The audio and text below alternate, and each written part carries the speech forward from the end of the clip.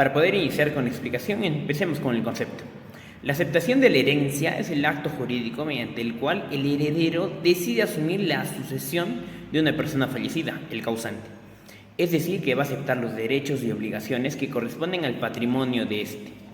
Este acto convierte al heredero en titular del patrimonio hereditario y va a definir su relación sobre los bienes y las deudas de esta herencia. La naturaleza jurídica de la aceptación de la herencia va a radicar netamente que es un acto unilateral de voluntad, que necesita ser expresado y necesita producir efectos definidos en la relación del heredero con los bienes y las deudas del causante. Mientras que la aceptación pura y simple implica una fusión de patrimonios, la aceptación de beneficio de inventario, que va a preservar la separación entre el patrimonio del heredero y el de la herencia. Para poder continuar más con este tema, vamos a ir a los tipos de aceptación de herencia. Tipos de aceptación de herencia. Como primera parte podemos entender la aceptación pura y simple. En esta modalidad, el heredero va a asumir la herencia en su totalidad, incluyendo tanto los bienes activos como los pasivos, es decir, no solamente los bienes, sino también las deudas. Esto va a significar que el heredero responde ilimitadamente con su propio patrimonio por las deudas hereditarias, lo que puede ser riesgoso en ciertos temas, ¿no? Por otro lado, la aceptación a beneficio del inventario. En este caso, el heredero acepta la herencia, pero limita su responsabilidad al valor de los bienes heredados. Aquí, las deudas se cubren exclusivamente con el patrimonio de la herencia y no con el patrimonio personal del heredero, protegiendo así su propio capital. Y este viene a ser uno de los modelos o el modelo que principalmente rige nuestra legislación peruana. Para aceptar una herencia se requieren dos elementos clave, que serían la capacidad y la legitimidad. La capacidad se refiere a la aptitud legal de una persona para aceptar una herencia. Según el Código Civil de muchos países, se puede llegar a aceptar una herencia o pueden llegar a aceptar una herencia aquellas personas que tengan la capacidad de obrar, es decir, personas mayores de edad y aquellos que no estén sujetos a incapacidades legales, como ciertos casos de interdicción o discapacidad judicialmente declarada. Para menores o personas incapacitadas, la aceptación puede ser representada por sus tutores o representantes legales previa autorización judicial en algunos casos en específico. La legitimidad, por otro lado, implica que las personas o la persona esté incluida en el testamento o que tenga derecho a heredar según el orden sucesorio legal, que sería la herencia intestada. Los herederos legítimos son aquellos que la ley establece como posibles herederos en caso de que no haya testamento, por ejemplo, hijos, cónyuges o padres. En caso de testamento, la legitimidad la otorga la inclusión de una persona en el mismo como heredero o legatario.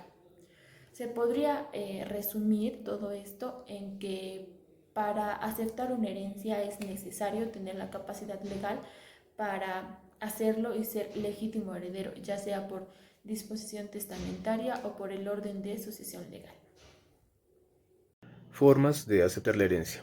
En Perú, dentro de nuestro Código Civil, se contemplan dos formas de aceptar la herencia. Primero tenemos la aceptación expresa, en la cual el heredero declara de forma explícita y directa su voluntad de aceptar la herencia.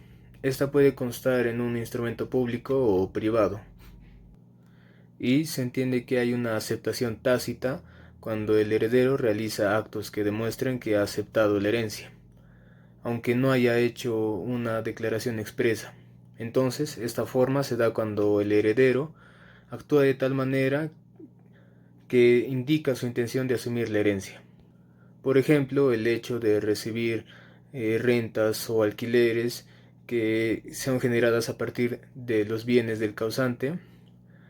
Esto está contemplado en el artículo 672 del Código Civil.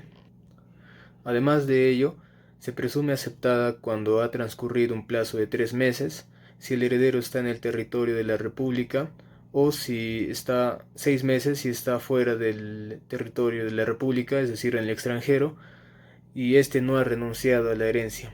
Esto último está contemplado en el artículo 673 también de nuestro Código Civil.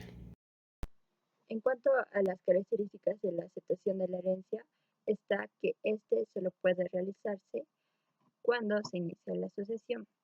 Va a ser un negocio jurídico unilateral. No requiere ser reconocido para tener eficacia legal, pues la mera expresión de voluntad genera efectos legales. Ahora, por su naturaleza jurídica, va a ser indivisible e incondicionada, ya que el título de sucesor no es divisible. De ser el caso, este podría aceptar el activo de la herencia y renunciar al pasivo, lo cual podría afectar injustamente a los acreedores de la sucesión. Por otro lado, es irrevocable, pues por razones de seguridad jurídica, sus efectos no pueden ser irreversibles. Además, va a ser retroactiva, ya que la herencia del causante se transmite desde el momento de la muerte del causante. Y por último, este se va a poder ejercer a través de un apoderado o representante legal, en caso de ser necesario. Yo les voy a hablar sobre plazos y formalidades para la aceptación de la herencia, ¿no? Los herederos tienen un plazo de 6 meses desde el fallecimiento del causante para aceptar la herencia. Este plazo se puede extender en ciertos casos, pero normalmente es estándar, que no se mueve de los 6 meses. La aceptación de la herencia puede ser expresa, ¿no? Declarando formalmente la aceptación ante un notario o en un juicio, o puede ser tácita realizando actos de aceptación, ¿no? También hasta la escritura pública. Si la aceptación es expresa, se recomienda realizarla mediante escritura pública ante un notario. Declaración de los herederos. En caso de que no haya testamento, es recomendable realizar declaración de herederos, ¿no? Para formalizar quiénes son los que tienen derecho a la herencia. También está el registro, ¿no? Es aconsejable registrar la aceptación de la herencia en registros públicos, especialmente si hay bienes inmuebles involucrados.